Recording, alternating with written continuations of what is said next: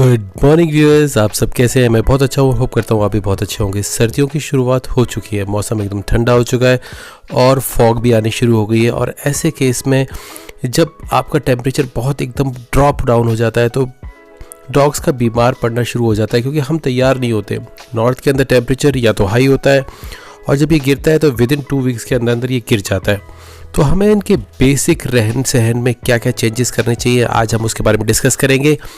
कैसे हम इस ठंड से लड़े, कम से कम पैसे में हम कैसे क्या चीज़ों का इस्तेमाल करें और ऐसी क्या चीज़ों का इस्तेमाल करें जिनके ऊपर हमें पैसा ज़्यादा मतलब आगे के लिए देखिए लॉन्ग टर्म चीज़ें हों और पैसा ज़्यादा वेस्ट ना हो। वेस्ट करने का मतलब ये होता है कि जितना पैसा खर्च करें उसको फुली यूटिलाइज कर सके। क्योंकि डॉग केसेस के अंदर जब आप बड़े डॉग्स रखते हैं, खासकर बुल मैस्टिफ, मैस्टिफ ब्रीड्स और पावरफुल ब्रीड्स रखते हैं, तो आपने अक्सर देखा होगा कि डॉग्स अपने बेडिंग को ख़राब कर देते हैं, फाड़ देते हैं, टीयर अप कर देते हैं।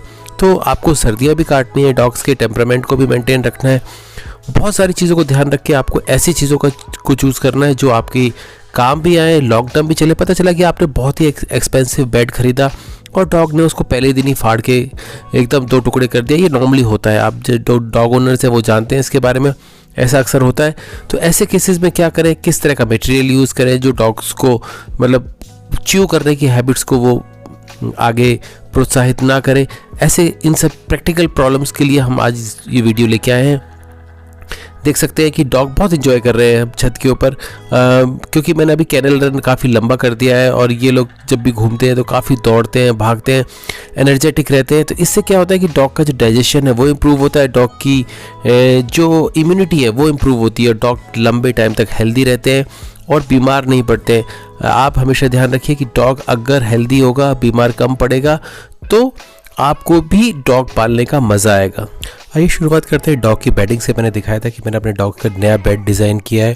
पहले भी मेरे पास बेड थे लेकिन वो कन्वेंशनल बेड थे।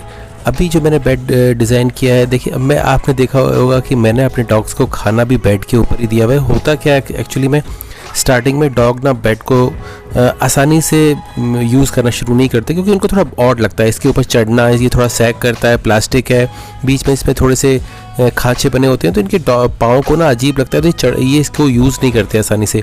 तो मेरा कहने का मतलब ये है कि अगर आपको डॉग का अगर आपने बेड बनाया है तो आप अक्सर उनको ट्रीट और खाना इसी के ऊपर दीजिए, कम से कम 4-5 दिन तक, जब तक ये इसको नॉर्मली एक्सेप्ट नहीं कर लेते। क्यों कह रहा हूँ खाना देने के लिए? क्योंकि डॉग वैसे आपके कहने पे ज़बरदस्ती नहीं चढ़ेगा इसके ऊपर, लेकिन अगर आप खाना देंगे, ट्रीट देंगे तो इस पर चढ़ेगा।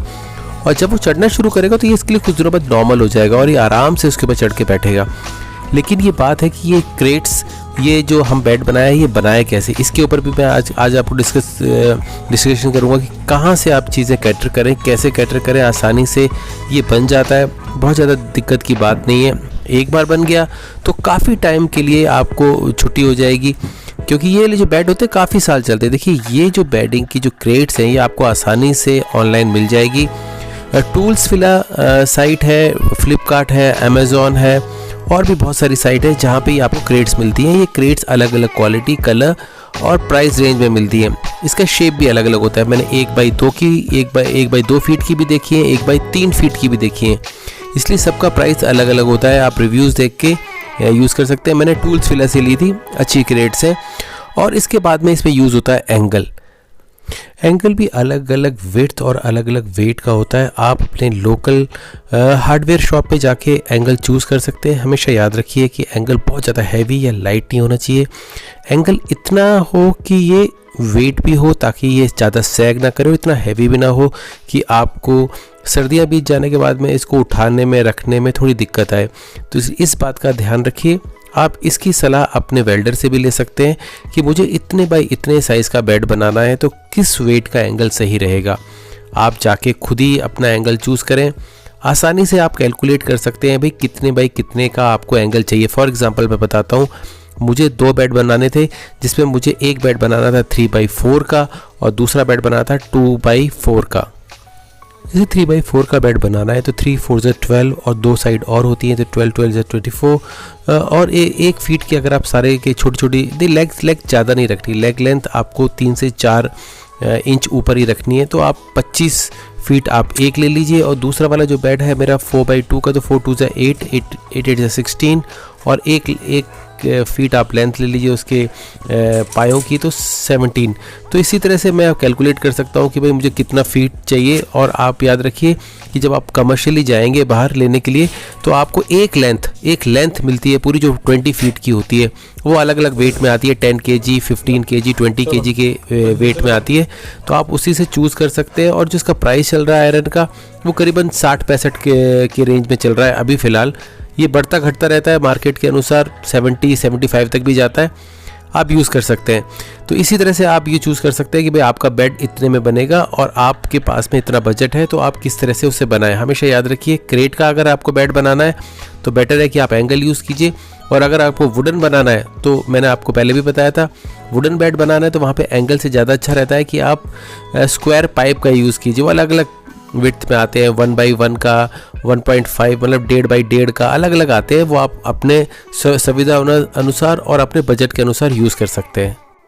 इसके बाद बात करेंगे हम बेडिंग की। हम बेडिंग में क्या यूज़ करें। देखिए, मैं बेडिंग में यूज़ करता हूँ गनी बैग्स, जिसको हम बोरी कहते हैं। ये जो बोरियाँ होती हैं ये जूट की बनी हुई होती हैं और इनका सबसे ख़ास बात होती है कि बहुत ज़्यादा एक्सपेंसिव नहीं होती, आसानी से चेंज की जा सकती है और मार्केट में ईजीली अवेलेबल होती हैं। आपको ये होलसेल विक्रेताओं से मिल जाएगी। जो बहुत सारे लोग सिर्फ बोरियों का ही काम करते हैं। होलसेल में बोरियां शहर में किसी न किसी दुकान पे आपको आसानी से मिल जाएंगी। इसको समझने का तरीका ये है कि आप किसी भी दुकानदार के पास जाके बोलें कि मुझे चीनी की बोरी चाहिए, क्योंकि जो शुगर होती है वो ज़्यादातर जूट बैग्स में आती है। इसके अलावा जूट के बहुत सारे प्रोडक्ट्स आते हैं, मैट्स आती हैं, क्वायर मैट्स आती हैं।